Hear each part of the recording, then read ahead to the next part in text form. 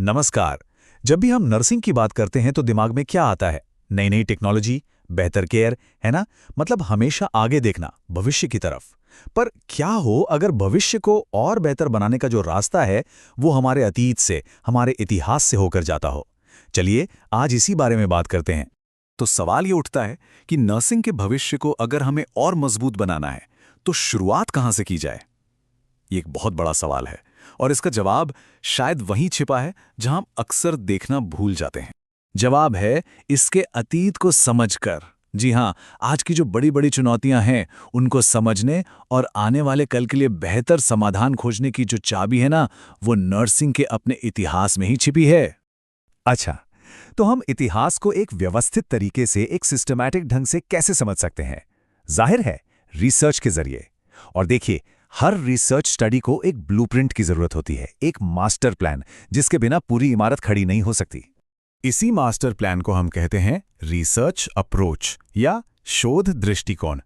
मतलब ये वो पूरी स्ट्रैटेजी है, वो पूरा प्लान है जो डेटा कलेक्ट करने से लेकर उसे समझने तक पूरी रिसर्च की प्रक्रिया को रास्ता दिखाता है। जैसे कि यहाँ हम देख सकते हैं, ये रिसर्च अप्रोच किसी भी स्टडी का कह सकते हैं कि सेंट्रल पिलर है। ये वेरिएबल्स क्या होंगे से लेकर डेटा को एनालाइज कैसे करना है, इन सभी अलग अलग हिस्सों को एक साथ जोड़कर रखता है। वैसे तो रिसर्च के कई तरीके हैं, लेकिन मोटे तौर पर 3 मुख्य अप्रोच होते हैं। पहला है क्वांटिटेटिव, जो नंबरों और आंकड़ों से डील करता है। दूसरा है क्वालिटेटिव, जो अनुभवों और विचारों को समझने की कोशिश करता है, जैसे इंटरव्यू के जरिए। और तीसरा है मिक्स्ड मेथड्स, जो इन दोनों का मिला-जुला रूप है। आज हम एक बहुत ही खास क्वालिटेटिव अप्रोच पर फोकस करने वाले हैं, और वो है द हिस्टोरिकल अप्रोच, यानी ऐतिहासिक दृष्टिकोण। अब हिस्टोरिकल रिसर्च का मतलब सिर्फ पुरानी कहानियां सुनाना नहीं है, बिल्कुल नहीं।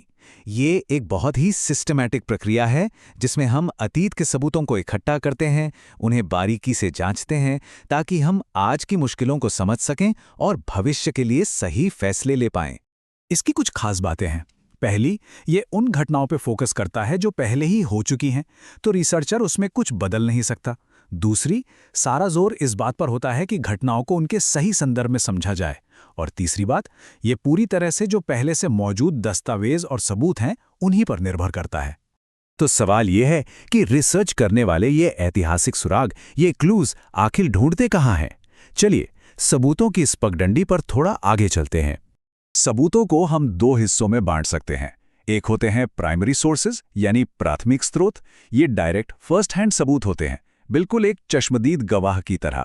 और दूसरे होते हैं सेकेंडरी सोर्सेज, यानी द्वितीयक स्रोत, जो उन घटनाओं का विश्लेषण करते हैं, जैसे कोई इतिहासकार उस गवाही पर कोई किताब लिख दे।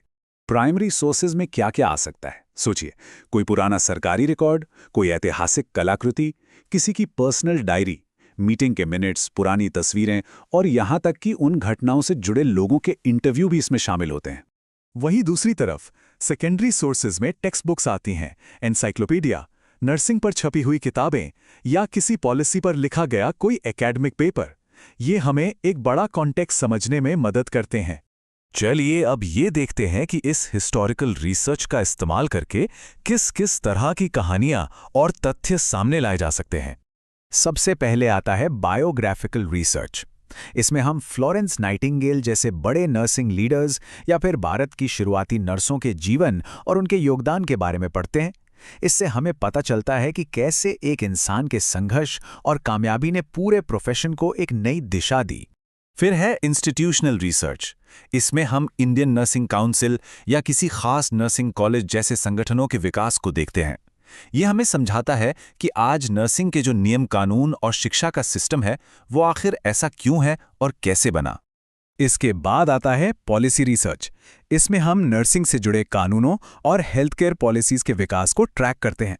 इससे पता चलता है कि आज एक नर्स को जो भी प्रोटोकॉल फॉलो करने पड़ते हैं, उनकी जड़ें अतीत के किन फैसलों में हैं।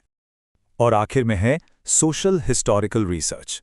ये देखता है कि समाज में जो बड़े बदलाव हो रहे थे, उन्होंने नर्सिंग को कैसे प्रभावित किया। जैसे जब महिलाओं के लिए शिक्षा और करियर के नए रास्ते खुले, तो उसका नर्सिंग प्रोफेशन पर क्या असर पड़ा। तो अब सवाल ये है कि अतीत से सीखने के क्या फायदे हैं और इसमें क्या चुनौतियां आती हैं। चलिए दोनों पहलुओं को समझते हैं। देखिए, इसका सबसे बड़ा फायदा यह है कि ये आज की समस्याओं को समझने के लिए एक कॉन्टेक्स्ट देता है। ये हमारी प्रोफेशनल पहचान को मजबूत करता है, हमें अपनी विरासत से जोड़ता है, और सबसे ज़रूरी, ये हमें अतीत की भयानक गलतियों से सिखाता है। जैसे कि टस्कीगी स्टडी, एक बेहद दुखद घटना थी जहां मरीजों को बताए बिना उन पर रिसर्च की गई। आज जो इन्फॉर्म्ड कंसेंट का नियम इतना मजबूत है, वो उसी गलती का नतीजा है, ताकि ऐसा दोबारा कभी ना हो। लेकिन हाँ, इसमें चुनौतियां भी कम नहीं हैं। कई बार डेटा खो जाता है या बहुत खराब हालत में मिलता है। सबूतों को इकट्ठा करने और उन्हें समझने में बहुत ज़्यादा समय लगता है। और ये भी एक सच्चाई है कि रिसर्च करने वाले के अपने विचार उसकी व्याख्या पर असर डाल सकते हैं। भारत में भी इस अप्रोच का इस्तेमाल करके कई शानदार स्टडीज हुई हैं। कुछ ने ये जानने की कोशिश की है कि मुश्किल समय में, जैसे युद्ध के दौरान, मिलिट्री नर्सिंग कैसे विकसित हुई। तो वहीं कुछ ने भारत में दाईगिरी की हजारों साल पुरानी परंपरा और उसके आधुनिक रूप तक के सफर को खंगाला है। तो अंत में एक सवाल सबके लिए, नर्सिंग के अतीत की वो कौन सी कहानी है जिसमें भविष्य की किसी बड़ी चुनौती को हल करने की चाबी छिपी हो सकती है?